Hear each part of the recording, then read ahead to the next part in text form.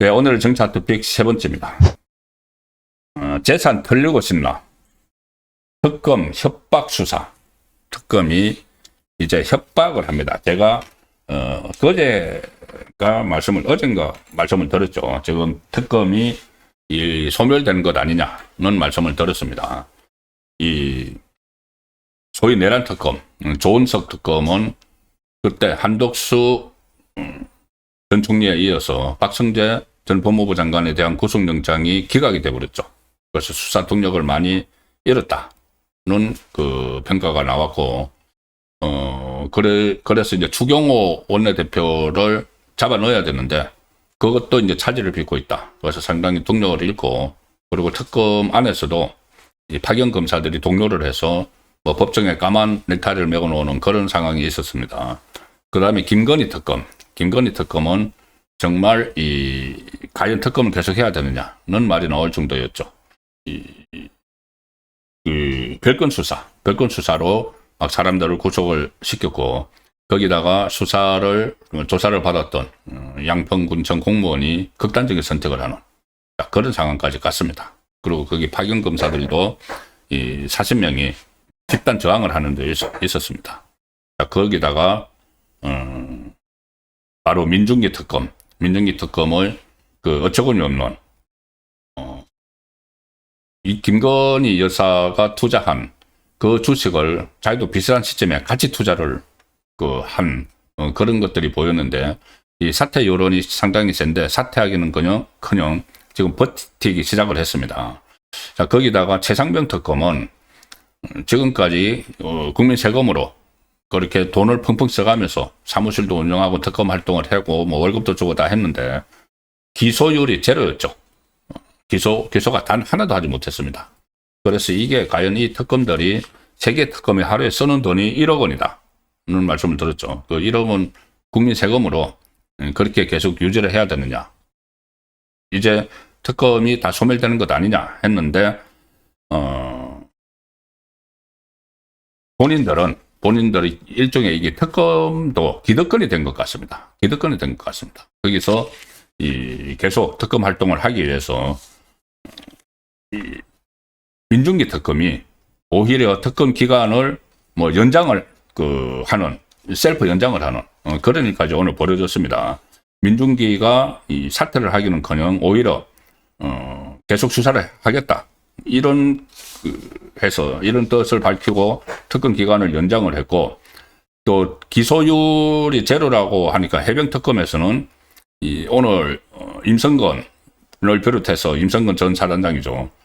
여러 사람들을 계속 무더기로 지금 구속영장을 청구를 하고 있는 이런 상황까지 갔습니다. 그러니까는 어떻게 보면은 제가 좀 심하게 말씀드리면은 거의 이 특검들이 마지막 발악을 하고 있다는 느낌이 드는데, 이 최상병 특검, 이 해병 특검에서 지금 논란이 하나 발생을 했습니다. 이 특검들이 성과를 내기 위해서 윤석열 전 대통령에 대한 조사, 대면 조사도 서로 막 경쟁적으로 지금 벌이고 있었죠. 지금 여전히 또 윤석열 전 대통령을 해병 특검에서 부르겠다고 하고 있는 상황입니다. 그런데 여기서 어떤 일이 벌어지냐면은 임성건 전 해병대 1사단장에 대한 구명 로비 의혹이 있는 이종호 많이 들어보셨죠? 전 블랙펄 인베스터 대표인데, 이종호 씨가 최근에 옥중 자필 입장문을 냈는데, 거기서 해병 특검이 제게 자행한 폭력적인 수사 행태에 대해서 고발을 하고 한다. 이렇게 적으면서 구체적인 사례를 제시를 했습니다. 이종호 씨는 김건희 여사와 친분을 이용해서 구명 로비를 펼쳤다. 임성근 사단장에 대해서 구명 로비를 펼쳤다. 그런 의혹하고 별개로 변호사법 위반 혐의. 이것도 이제 별건 수사죠. 별건 수사로 김건희 특검에 의해서 구속 기소돼서 서울구치소에 수감 중인데, 옥중 자필 입장문을 낸 겁니다. 그래서 해병특검 수사에 대해서 입장을 처음으로 밝힌 겁니다. 여기서 이종호 씨가 순직 해병 특검, 그러니까 최상병 특검이 임성건 사단장과 관련해서 그 진술을 제대로 하지 않으면은 재산 형성 과정을 털겠다고 협박을 했다. 재산 형성 과정을 털겠다. 당신 재산 어떻게 모았는지 그걸 다 탈탈 털어서 당신 알거지로 만들어 버릴 거야. 이런 식의 협박을 했다는 이야기죠. 그래서 구명 로비를 확인하는 과정에서 불법적이고 강압적인 수사가 있었다. 이런 주장을 했습니다. 지금 이 강압 수사 이런 걸로 해서 김건희 특검에서 조사를 받았던 이 면장이 극단적인 선택을 했고 그 조서도 엉터리로 썼고 여러 가지 지금 불투명한 점이 많아서 그 특검을 특검해야 된다. 이런 이야기까지 지금 나오는 상황이죠. 그런데 그것이 김건희 특검에서 강압 수사가 일어났다는 논란이 있었는데 이 최상병 특검에서도 이런 일이 있었다는 겁니다. 이것은 어떤 이 성과를 올리기 위해서 자기들이 뭔가 성과를 내야지 계속 특검이 연장이 되고 특검보 이 사람들 뭐 국민 세금 가지고 쓰면서 뭐 먹고 살고 나중에 또 한 자리 가고 이 특검들의 목표가 뭐 감사원장의 목표다 뭐 대법관의 목표다 이런 말들 다 있지 않습니까? 그래서 뭔가 성과를 끄집어내기 위해서 무리하게 별건 수사도 하고 막 강압 수사도 하는 이 상황이 다시 하나 폭로가 된 겁니다. 이종호 씨는 이렇게 이야기합니다. 이 해병특검이 자기하고 어떤 사업적 관계에 있는 사람 아니면 금전 거래가 있었던 지인들을 다 뒤져서 무작위로 다 조사를 했다. 다 조사를 해서 그 사람들에게 자기 지인들에게 자기와 관련된 불법 행위가 있었다. 진술을 하지 않으면은 당신도 다칠 수 있다. 그렇게 협박을 했다는 겁니다. 당신도 다칠 수 있어. 협박을 하면서 허위 진술을 강요를 했다. 그리고 그 사람들에게서 편파적으로 받아낸 조작된 진술을 바탕으로 해서 이종호 씨 본인에게 임성건 관련 진술을 하지 않으면 재산 형성 과정 전반을 다 털어서 당신 재산 어떻게 모았는지 전반을 다 털어서 조금이라도 불법이 발견되면은 자산을 동결하겠다. 이렇게까지 협박을 하더라는 겁니다. 그리고 이 특검이 이종호 씨 주장은 특검이 자신과 관련해서 7가지 별건 수사를 진행 중이다.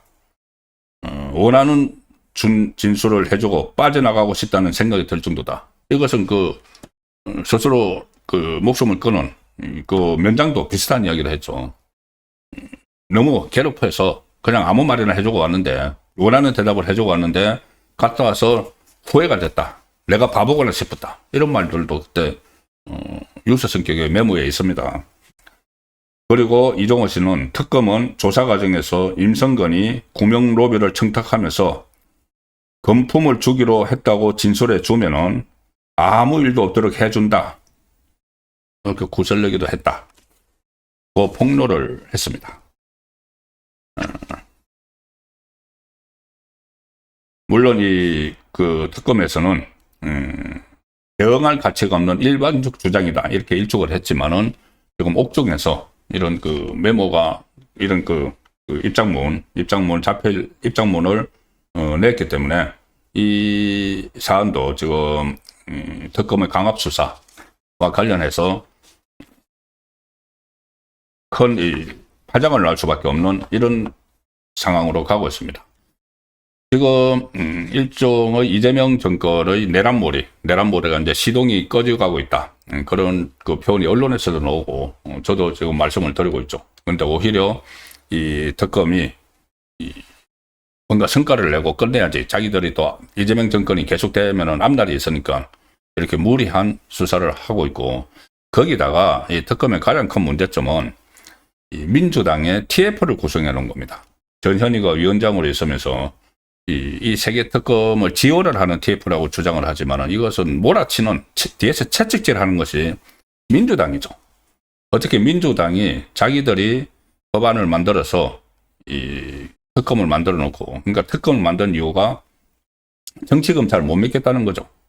정치검찰 못 믿기 때문에 특별검사를 자기들이 임명을 해서 그냥 이 정치적 고려 없이 수사를 하도록 한다. 이게 특검인데 자기들이 만든 그 특검을 지원을 하겠다고 그러니까 사실은 채찍질하는 그 TF를 만들어서 막